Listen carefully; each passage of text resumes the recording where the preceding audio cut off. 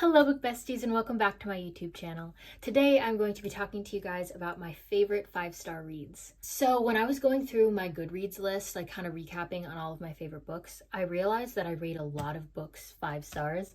So I went through my shelf and I went through the list and I picked out the ones that are like my go-to recs, the books that come to mind when somebody's like, what's your favorite book? So I have a very hefty stack here for you guys and I'm very excited to go through all of them, so let's get into it. First up, which is a shocker to absolutely nobody who follows me, is Better Than the Movies by Lynn Painter. Also, side note, I realized that I cannot for the life of me properly describe a book and give it a blurb.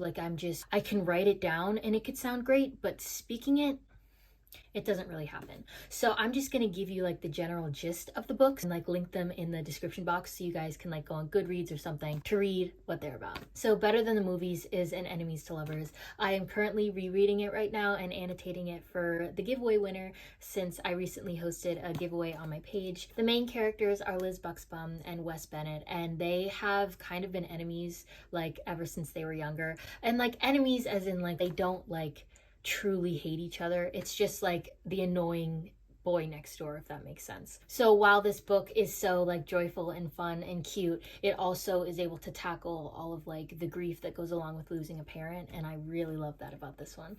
Another book that I consistently talk about is Sorcery of Thorns by Margaret Rogerson. This is a fantasy enemies to lovers, and if you're somebody who loves like books about books, this one's for you because it's all about like a magic library with all of like these magic books that live inside the libraries, and the main character is a librarian that works in one of those libraries. And Nathaniel Thorne, love of my life, Nathaniel Thorne, he is in here, and like I would say that this is more of a romantic fantasy because I feel like the romance part was more of a subplot, but every single time that Nathaniel like said anything, I was like, oh my gosh, like literally I like tabbed it so much, and all of like most of these are just like his quotes. He's still like my top book boyfriend like of all time. Like when I think about book boyfriends, I think about Nathaniel Thorne. Then we have The Seven Husbands of Evelyn Hugo by Taylor Jenkins Reid. So in The Seven Husbands of Evelyn Hugo and her other book Daisy Jones and the Six, there was always like a twist that I never caught on to. So when it happened, I was like, and it was just shocking. And I think that this book, like, it's just about like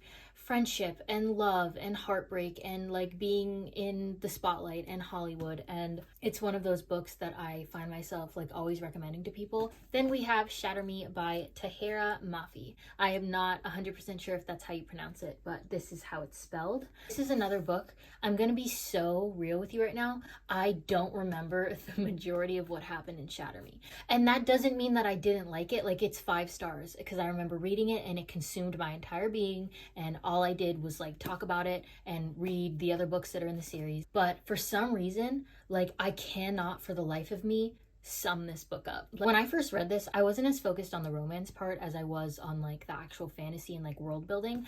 I love dystopian books, so I feel like that's another reason why I gave this one 5 stars. But I've been meaning to reread it because, like I said, I don't know all of like the small details. It kind of just blurred together, but I did give it 5 stars because I remember just absolutely loving it. Then this is a mystery, and this is 5 Total Strangers. This one I devoured in one day. I read this in basically one sitting. It was that addicting. Out of all of the Natalie D. Richards books that I've read, this is by far my favorite. And I'm also from Pennsylvania, and this was based in Pennsylvania. So like even like the names of the roads that they were mentioning, I was like, I know that road. I was so shocked to find out who was actually doing it and who was like the villain in this. If you love like mystery thrillers that have like a twist that, for my opinion, you can't really see coming, I recommend this one. Then we have my baby. We have Everything by Nicole Yoon. You guys have already heard me talk about this book enough. I'm not going to describe it because it would take me forever. This is the one book that I could literally describe like from cover to cover because I've read it so many times. But this is just, it's heart-wrenching, it's beautiful, it's probably my favorite book of all time, and I have reread it so many times that it's just my comfort book. I always go back to this book, like if I'm feeling down or I'm in a rut or something like that, I will always pick this book up. Oh, I love this book. 1,000 Heartbeats by Kiera Cass. It's about 2 rival kingdoms and enemies to lovers. It's a very short enemies to lovers, like they kind of make up very quickly. And this was another book that I like picked up, and I did pick it up because of the cover, because it's gorgeous. And I love like all of like the cute kind of like details that are in it.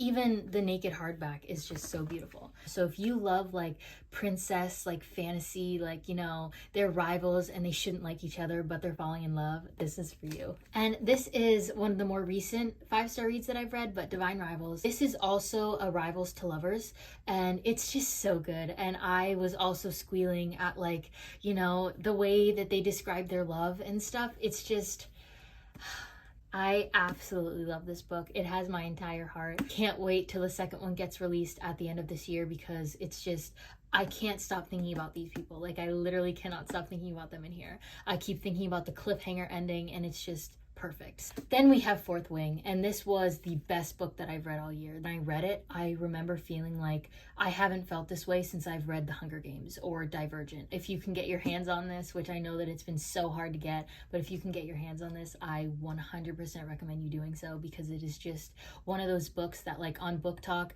it was so hyped up that I was like, you know, it can't be that good. It was that good. Then we have Happy Place by Emily Henry, and the word that I use to describe this book is perfect. I don't read a whole lot of like adult romance, let alone like ones that aren't rom-com. Like, this is not a rom-com. It may look like it, but it is not. Harriet and Wynne are like my favorite couple of all time. This is the only Emily Henry book that I've ever read, and it just makes me want to read like all of her other ones because of how beautiful this one is. I know that I see a lot of people like saying about how the cover is like very deceiving, but I love the cover of this one because once you really read it and you get to like the heart of the story, it really makes sense. So those are it for my physical 5-star reads, but I do have 5 more that I want to tell you guys about real quick.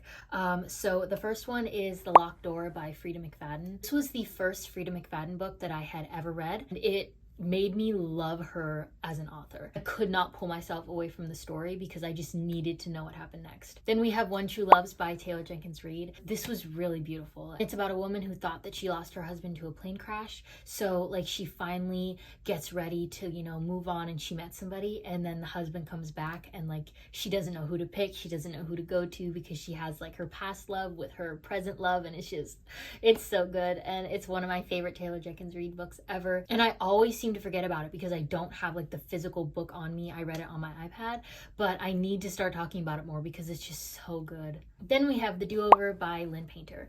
This is a young adult Valentine's Day novel, and I read it in a day. I read it on Valentine's Day, this past Valentine's Day, and it's just so sweet and so cute. It is like a time loop, so if you don't love books where you're kind of like reading the same thing, you might not love this one. I really enjoyed it. There has yet to be a Lynn Painter book that I have not enjoyed. I think that her characters are so full of life and just so funny, and I find myself laughing at like all of the jokes that she makes. So I 100% recommend that one. Then we have Caraval by Stephanie Garber. I've never read a world like Caraval, and it's like a carnival, but it's like a magic carnival. So you have to go to like this special island, and you have to be like specially invited to this, and it's so full of magic, and like you never know what's real because like one of the main rules for Caraval is that like you can't trust what you're seeing because what you're seeing could be like a deception. Then this was the last book that I had finished, and I wanted to do this one last because it's still fresh in my mind.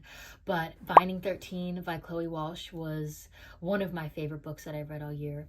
It is deep, so if you are going to read it, I highly recommend you look at trigger warnings because there is a lot of stuff that goes on. There's a lot of triggering topics that are in this book. This book like had me almost on the floor like crying because it was so sad. The ending, like the cliffhanger, was just, it was crazy, but I still loved it, and I cannot wait to finish the series. So those were all of my 5-star reads. I always have so much fun going through like my Goodreads reviews and like finding which books that I've loved and finding which books that I like didn't love as much. Sometimes when I go through them, I'm like, I can't believe that I gave that book that high of a rating because I feel like I didn't love it as much as I apparently did. But as always, thank you so much for watching this. If you would like to connect with me on my other social media platforms, you can follow me on TikTok at heartfelthan, or you can follow me on Instagram at the Heartfelt Library. I am a heck of a lot more active on there, and I'm always asking you guys what kind of content you would like to see here on YouTube. So if you want to be a part of those polls, then you can follow me on there. I hope to see you guys next Sunday. Bye.